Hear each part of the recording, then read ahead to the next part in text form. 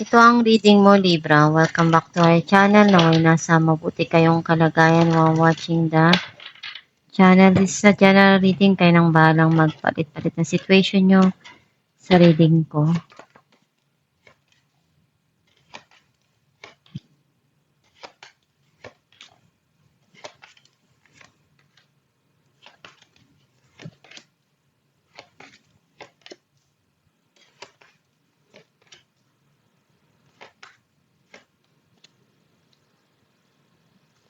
At the bottom of the deck, Knight of Swords. So I feel like ang nasa-sense ko na energy mo, may mga bagay kang gustong sabihin, linawin to sa mga nangyayari sa buhay mo. Some of you may clarity na darating ngayon do sa mga nangyari sa nakaraan.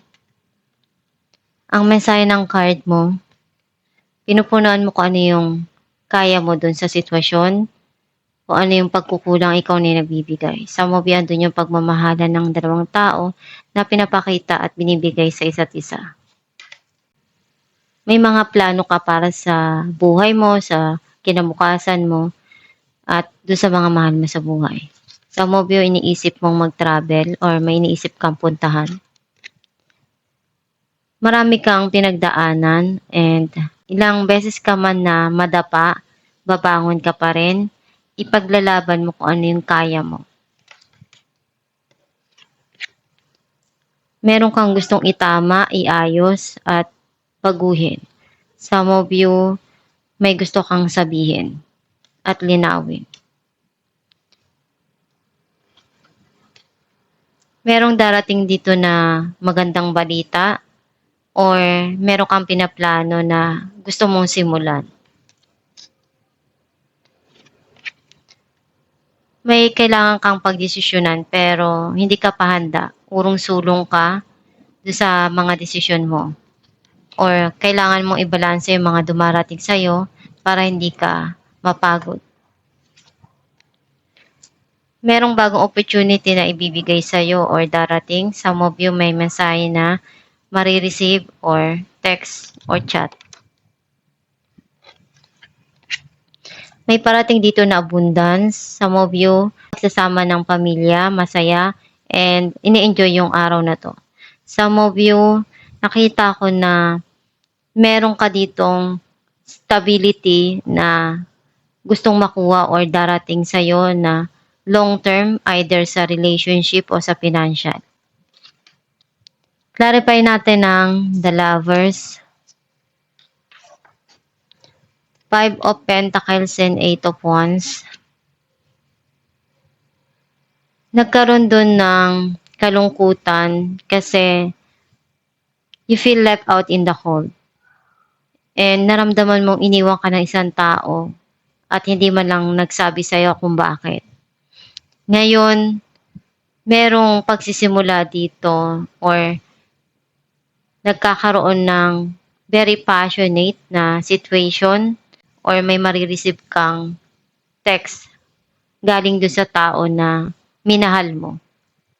Clarify natin ang 7 of Wands.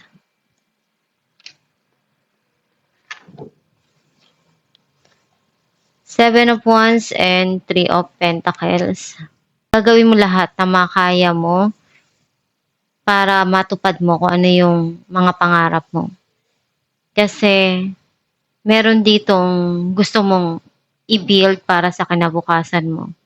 Hindi ka mapipigilan or hindi ka hihinto. Clarify natin ang Page of Wands. The Chariot and 2 of Pentacles. Marami kang pinagdaanan na pagsubok at marami ka ring natutunan doon. And may gusto kang simulan pero naguguluhan ka pa kung ano yung gagawin mo or kailangan mong desisyon doon. Clarify natin ang 8 of Wands.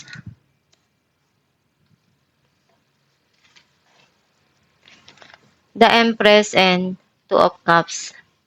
Ngayon mo na-realize kung ano yung kailangan mo or yung ibibigay mo sa sarili mo.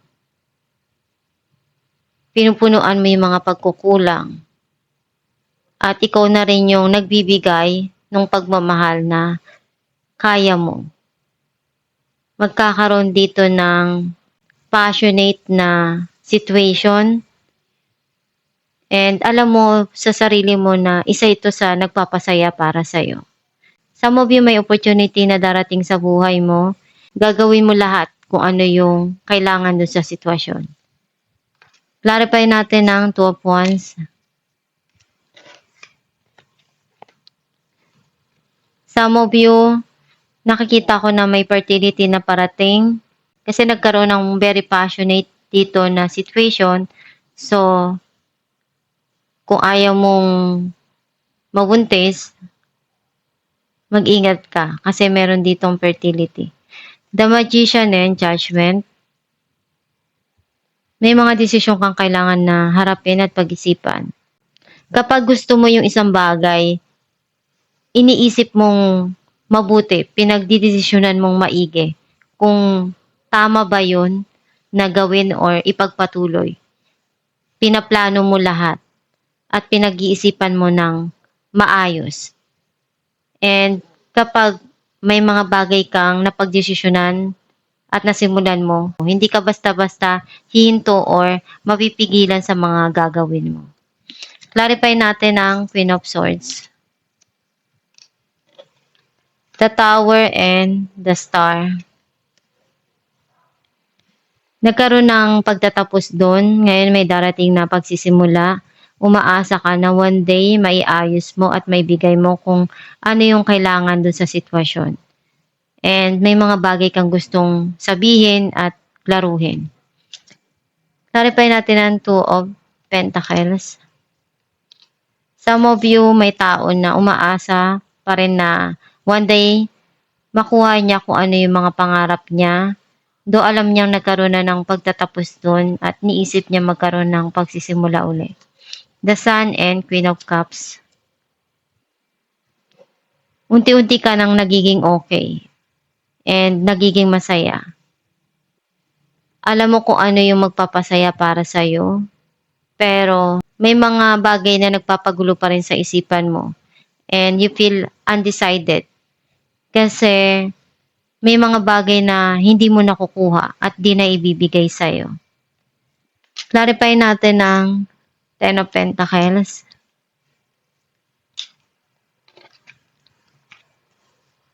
Three of Swords and Eight of Pentacles. Kung ano yung nangyari sa nakaraan na pain para sa'yo, na-i-remove mo na yung sarili mo doon. Unti-unti ka nang nagiging masaya ngayon. At na-achieve mo na yung mga pangarap mo sa buhay. Kakaroon na dito ng stability and andun yung long-term na relationship at financial na nag-grow. Kasi pinaghirapan mo, pinagsikapan mo. Alamin natin kung ano mensahe ng iyong gabay. Time to go. The sunset and rises each day, and it's the same with the avenues in your life. See the beauty within each sunset in your life and know that the sun will also rise again tomorrow. Endings are merely the start of a new beginning, and we are with you through each phase and cycle. Ang mensahe ng iyong gabay na kahit ano yung pagdaanan mo sa buhay, gawin mo lang palagi na malagpasan yung pagsubok na yun. Hindi naman diyan na matatapos yung mga pangarap mo. Hindi. Isipin mo lang na dumating yun sa buhay mo dahil may mga kailangan ka pang matutunan. Para yung eskwelahan na kapag meron ka ng natutunan, mag-grow ka, magiging responsible ka, at makakaya mo ng pagdesisyonan yung mga bagay na darating sa buhay mo. Basta isipin mo lang na parang nag-aaral ka na isang bata na inaalam mo lahat ng bagay-bagay sa buhay mo. At kapag natutunan mo na yun, syempre, darating din yung panahon na ma-achieve mo rin yung mga goal mo sa buhay. Pagsikapan mo lang palagi kung ano yung mga pangarap mo at magdasal ka lang. At isipin mo kung ano yung mga bagay na gusto mo pang ma-achieve sa buhay at i-manifest mo. At itong yung reading Libra, kung nakaresonate ka, kindly comment down below. Thank you for watching.